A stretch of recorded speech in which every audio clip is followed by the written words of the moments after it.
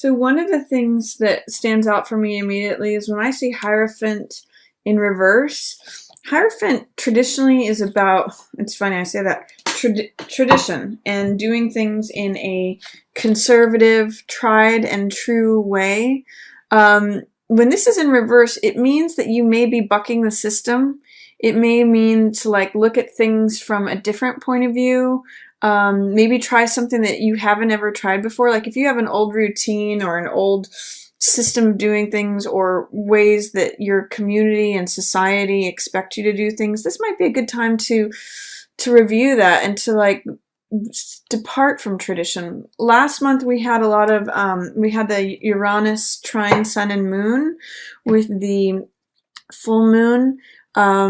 And that was a good time to experiment. So this is saying to me that it may be a good time to experiment with things and go off the beaten track. Hierophant is all about society's rules, mores, spirituality, tradition, doing things in a conventional way. So there's some way, or maybe a little bit unconventional. It might be a good time to depart from traditional ways of doing things, from ways that society expects you to perform. And it may have to do with your savings. It may have to do with also like enjoying the luxuries that you have brought to yourself. Nine of Coins represents someone who has a lot of self-discipline, who has put money away and stored things for themselves. You can see in the card she's got a necklace full of coins and riches. She's eating grapes. She's draped in fine robes and jewels and is holding this pheasant or this falcon that symbolizes wealth, and the card is purple, symbolizing wealth and royalty. So what I'm getting from this with Hierophant and Nine of Coins both in reverse is that it may be a good time to indulge yourself, Virgo. I mean, even if conventionally you tuck money away or save things, you know, with this in reverse, it's saying that it may be a good time to indulge yourself in a way that doesn't normally look like it's supported by society or tradition. And it may mean that it's a good time to see if you can identify with this card to allow, there may be some money available to you that has resulted from your own self-discipline, whether it's you've been tucking things away in a savings, or you've been working away at a job, or you know, you may have saved some things that are valuable. This may be a good time to sell some things and enjoy the fruits of your efforts, even if it's frowned upon from society, even though if it's not a conventional thing to sell the family silver. Or I mean, I'm not necessarily recommending one thing or another, but what I'm saying is that this is a time when unconventionality is favored, and maybe also getting over any doubts or fears about enjoying the luxuries that might be available to you. And I get the sense too, it might be a nice time to indulge yourself in something because there may be some sort of sorrow that you're dealing with, or some sort of loss. Five of Cups represents sorrow and loss and grief. You can see that the 3 cups are spilled in the foreground, but in the background behind this figure, it's actually sort of the foreground, but the figure is focusing on the background here. So if the figure turns around, there's still 2 cups standing up, so there's still love available. But I get the sense that you might be getting over some grief, or you might have some sadness about something. You know, 5 of Cups is really, it's focusing on a loss of some sort. So I think that you may need to indulge yourself. Make yourself feel rich. Like if you never go to the spa, it might be a good time to do that. Or if you never, whatever it is that you never allow yourself that you think society may frown upon, it may be a good time to do that, because it may ease your mind off of whatever is happening here, whatever loss. This could be emotional, because cups represent the heart and emotion, but it could also be financial or physical, or it could be, you know, loss of a job, a spouse, a partner, a family member. It's just sorrow and focusing on the spilt wine or the spilt blood, whatever is has been lost. But just keep in mind there's more available to you if you can turn around and take your focus off of what has been lost. There's still some that you have here that you're not seeing. And then this card, 7 of Coins, is a card of patience. And it's a card of harvest. You can see here that the farmer is here. And what these coins represent is the harvest that's been planted, but that's not quite ready to be picked. The image I usually use here is of a grape vineyard. So if you pick these too soon, if you harvest things too soon, it can be sour and not as sweet as if you had taken the time to have patience and harvest them when they've actually come to fruition and become sweet. So this is a card really great for the Mercury retro of reassessment, evaluation, taking time out to think things over, evaluate things. Is this the direction I want to be going in? Is this the harvest that I want to be having? Are these the seeds that I want to be planting? So it's a really great time, and it lines up well for first couple weeks at least, through the 22nd, where it's good to evaluate things. And coins represent money, especially, and physical possessions and assets. So it might be a good time to reassess your money, reassess whatever you're reaping, and whether you want to sow something different, or it's just a good time for evaluating things and taking a time out to see what it is that you're creating and gathering. Towards the middle of the month, we have something where there shows up a little bit of competition. 5 of Wands. I call this card playing versus fighting. So it could be, it's got a lot of Mars energy, which is the warrior energy, and it could be open competition about something. It could be that multiple people are like competing over you or competing for a job, or sometimes it can be playing, like just having fun. I look at it as like children playing with sticks or something, you know, and make-believe and just playing. Or it could be fighting. So it could be like open warfare. It could be like direct competition, you know, all the people scrambling for a job or for some sort of asset or something going on. There is an end that comes with this. So there might have been something that you've been fighting for a while, or vying for, or you know, in competition with others for, but that's going to come to an end. This card is Death, which means the end of a cycle. So whatever it is that's come to a head, it's time for it to end. It's time to let go of something. I get the sense that it may be coupled with this card, 5 of Cups, because both of these are sort of somber figures. Both of them this one depicts a loss, and this one depicts an end. It's like an end of a cycle, letting go of the rose when it has completed its life. Its natural cycle is to end.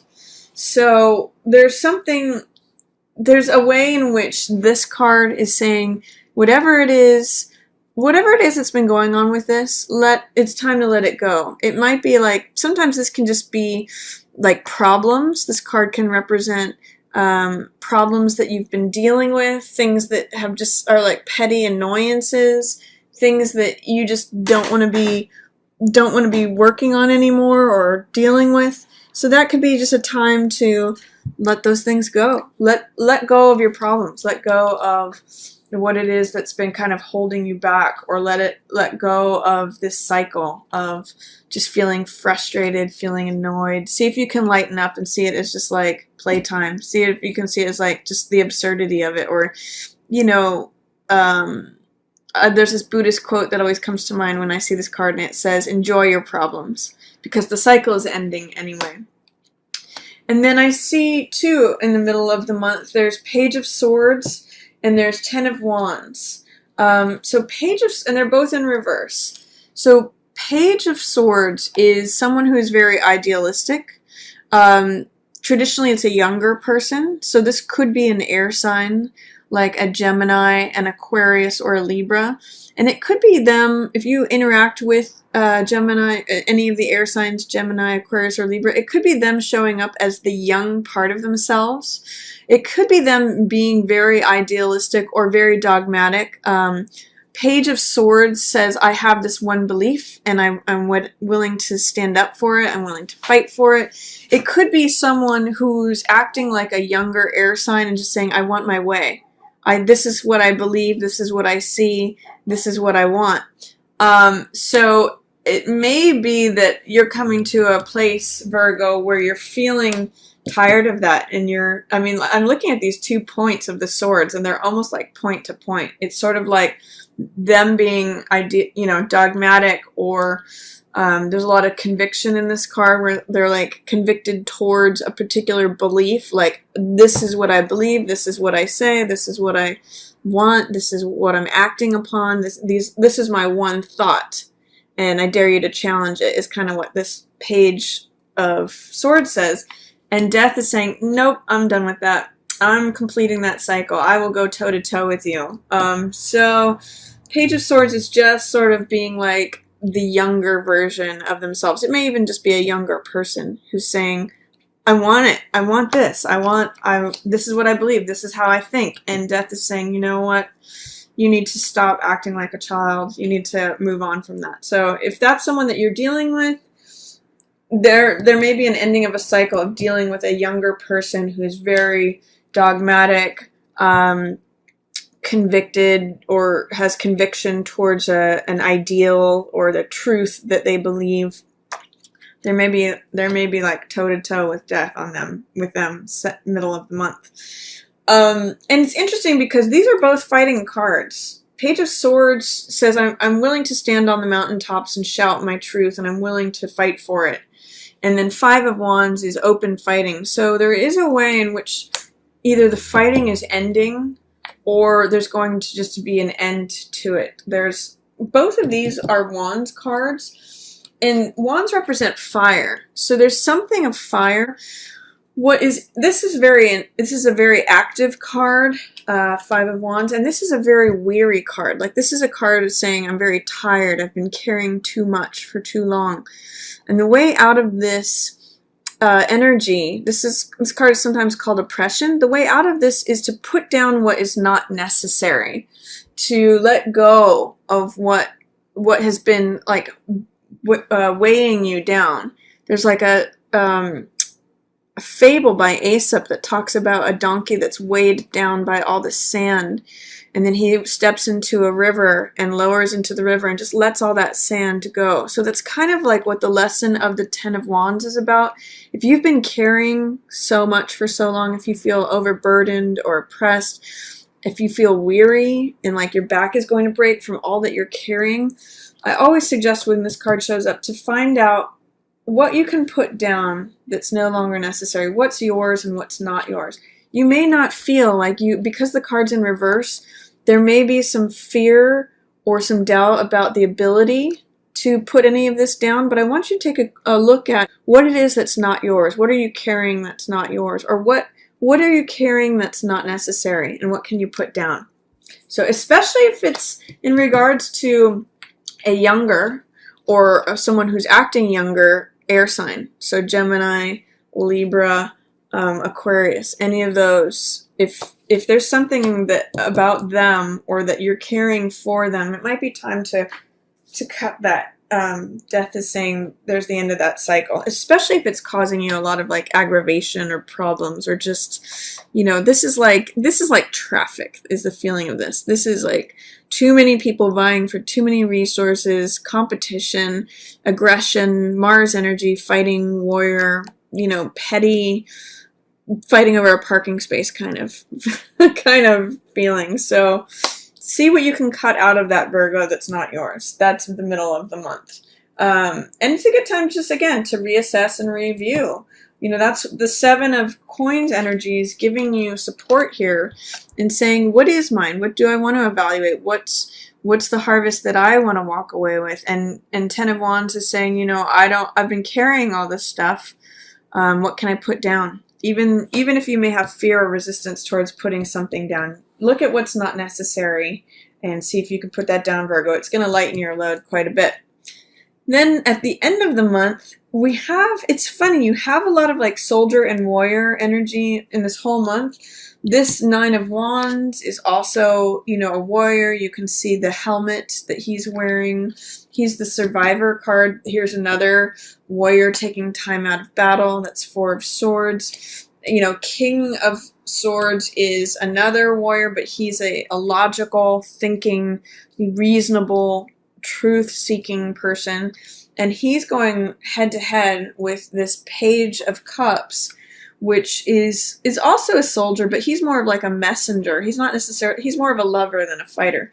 But, you know, with this card, this card, this card, this card, this card, this card, they're all sort of soldier, warrior, Mars energy. So I get the sense, Virgo, that there's some sort of battle that you're fighting, especially towards the mid to the end of the month. But what's great about this card is this is the survivor card. Nine of Wands. I always think of this quote by Beckett when this card comes up, and it says, "Ever tried, ever failed, never mind, try again, fail better." Or there's a Buddhist quote that says, "Fall down 7 times, stand up 8." And that's kind of what this card is like. He's kind of like Cool Hand Luke, where he keeps getting knocked down and gets back up. You can see he's been in battle. He's got this helmet. But regardless of how much he gets knocked down, he keeps getting back up. And 9 and 10 of Wands, they're right next to each other in terms of sequence. They're both about endurance. This one is about, you know, feeling burdened, feeling tired of carrying the weight of the world. And this one's the survivor card, but they both endure, is what's similar about both of those cards. And it may be that something's wrapping up in terms of you always having to be a survivor, always having to look over your shoulder and see what the next thing that's going to hit you is coming, you know, is coming at you. In the reverse position, there may be some doubts or fears of like whether you can survive this or whether you can endure this. But I want to just say that there's a lot of strength in this card. So see, in the reverse position, it says, you know, I'm not sure if I can handle this. I don't know how much I can do this anymore. But in the upright position, he says, I always survive. I always make it through this. I'm strong. So see if you can access the high side of Nine of Wands. You may feel overburdened towards, you know, as Mercury is going back direct. But see if you can hang in there. The key to this is going to be to take some R&R. This is Four of Swords, which means rest and relaxation. You can see that the soldier's just taking time out of battle to like recollect, regroup.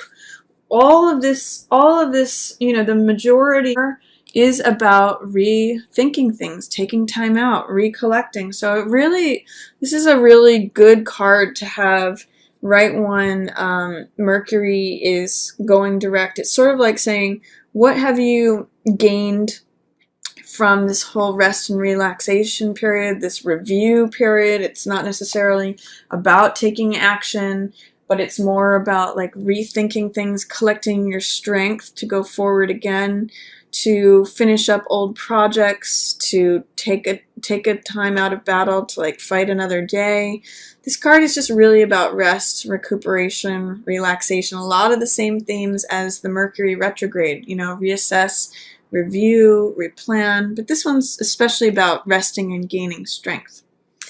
And then these two cards, we've got King of Swords and Knight of Cups, going head to head at the end of the month. So this is an air sign here, generally.